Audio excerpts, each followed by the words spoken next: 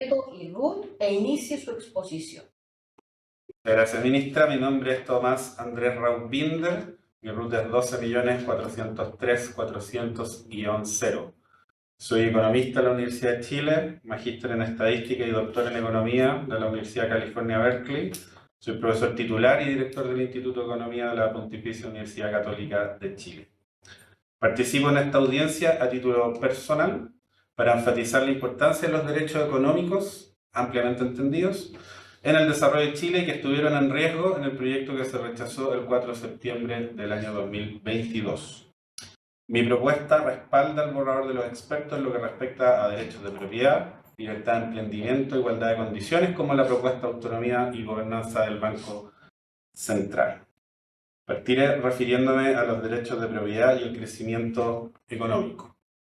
Existe un consenso transversal sobre la importancia de la protección de los derechos de propiedad en el desarrollo de un país.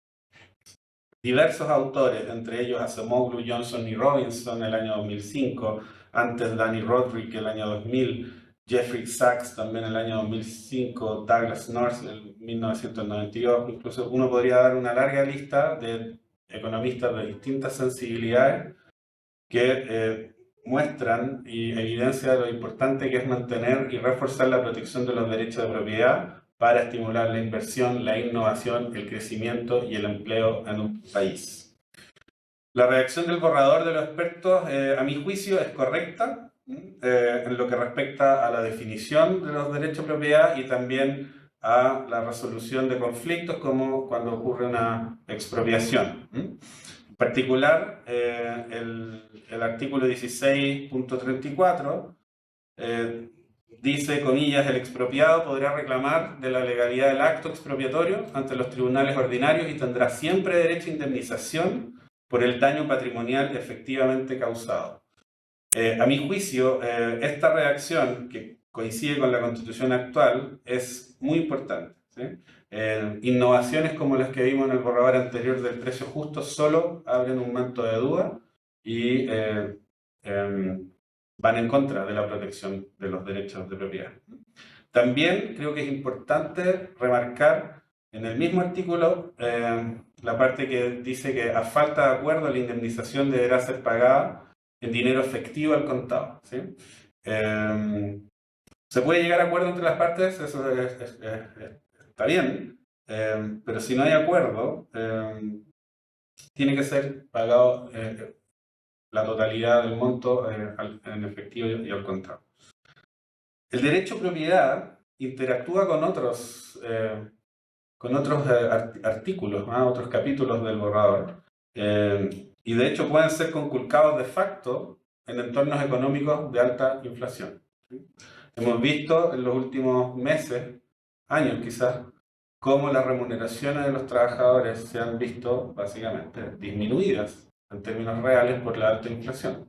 Los salarios y muchos precios en la economía van siempre por detrás de la inflación. Entonces, una remuneración que puede comprar menos bienes y servicios es básicamente un atentado contra el derecho a propiedad. Esto se relaciona con lo que me voy a referir respecto al Banco Central en un rato más.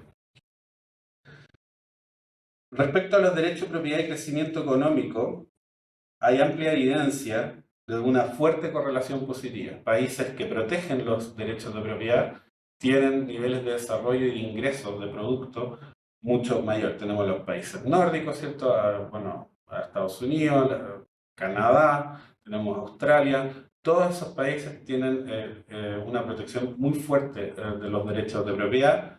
En la presentación estoy poniendo una figura del libro de Acemoglu, Johnson y Robinson, donde muestran esta fuerte tendencia. Sin duda que correlación no significa causalidad, pero los autores desarrollan no solo una serie de teorías, sino muestran evidencia empírica que soporta esta regularidad. Hay un ejemplo muy ilustrativo, que es lo que pasó con Corea en 1948. En 1948 Corea era un único país, hasta hace poco ocupado por los japoneses, que después de la Segunda Guerra Mundial se retiraron.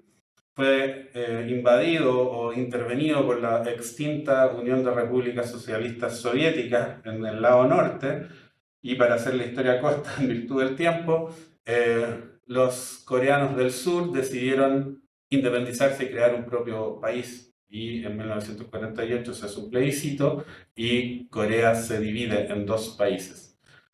Un solo país con la misma etnia, la misma cultura, el mismo nivel de recursos humanos, la misma geografía, los mismos costos de transporte para todas las economías del mundo. Es decir, dos clones estadísticos idénticos. ¿Qué ha pasado?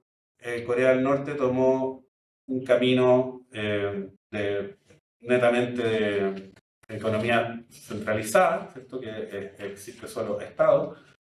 Corea del Sur tomó el otro camino, el camino capitalista. Hoy día el ingreso de Corea del Sur es más de 15 veces mayor que el de Corea del Norte y los niveles de desarrollo son de los primeros en el mundo.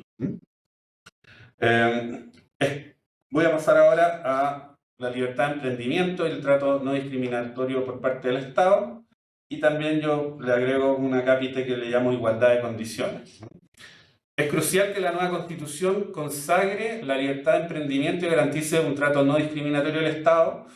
Igualdad de condiciones, me refiero de competencia, en ámbitos que coexistan empresas privadas y estatales. En ese sentido, yo soy partidario de mantener el artículo 16.31, en el cual dice claramente, comillas, el derecho a desarrollar cualquier actividad económica que no sea contraria a la salud pública, al orden público o a la seguridad de la nación en conformidad a la ley, cierra comillas. También propongo mantener el artículo 16.32 sobre la no diferenciación arbitraria en el trato que deben dar el Estado y sus organismos en materia económica a diversos agentes. Propongo agregar una mención. Yo no soy abogado, pero para eso hay un consejo constitucional con abogados. Agregar una mención a la competencia justa entre instituciones privadas y estatales. Y esto lo quiero graficar con un ejemplo. La ley 21.420 terminó con la exención de pago de IVA por servicios que afectó a todas las universidades de Chile. Esta fue la ley que se pasó para financiar la PGU. Ahora, pasado un tiempo, lo que ocurrió es que solo afectó a las universidades privadas. Solo ahora las universidades privadas, no estatales, tienen que pagar IVA, no así las estatales. ¿Y eso por qué? Por una resolución del Servicio de Impuesto Interno el 19 de abril del presente año, en las cuales dicen que las universidades estatales siguen exentas del pago de IVA, de acuerdo a la ley 21.094, una ley anterior a esta de financiamiento de la PGU. Aumentar los costos de un servicio en 19% claramente deja fuera de mercado a cualquier institución que esté afectada por eso. Y estas diferencias arbitrarias entre instituciones estatales y privadas no incentivan la competencia, no incentivan la innovación, no incentivan el desarrollo de... 2 minutos. Sí. Pero muy bien. Ahora, por último, autonomía y gobernanza del Banco Central. El Banco Central es una institución crucial en un país y sobre todo para la política monetaria, yendo al grano para el control de la inflación. Inflación que habíamos olvidado en Chile. En 1990 la tasa de inflación era sobre 30% y esta descendió a entre 2 y 4% en las últimas décadas y nos acostumbramos a eso. Existe una extensa literatura que habla de las bondades de tener un banco central autónomo y yo respaldo también el artículo 294 que habla de autonomía y del objetivo principal que es velar por la estabilidad de los precios, es decir, que no haya inflación. Si pudiera agregarse un derecho que no se puede por razones obvias, yo hablaría del derecho a vivir en un ambiente libre de inflación. Sugiero mantener el artículo 198 sobre remoción o destitución de los consejeros, en cual es el presidente de la República el que propone al Congreso y no el Congreso mismo. ¿Por qué? Porque esto evita captura, que otros intereses en el fondo estén operando en la destitución de un consejero. Sin duda el Congreso vota después que el presidente propone. Para concluir, los derechos económicos son cruciales para el desarrollo de cualquier país, en particular para el de Chile. Creo que el articulado en general es correcto en el borrador de los expertos y creo que los derechos de propiedad, la libertad de emprendimiento y la autonomía del Banco Central deben ser resguardados en la Constitución. Bien, gracias por su presencia y participación en este acto significativo.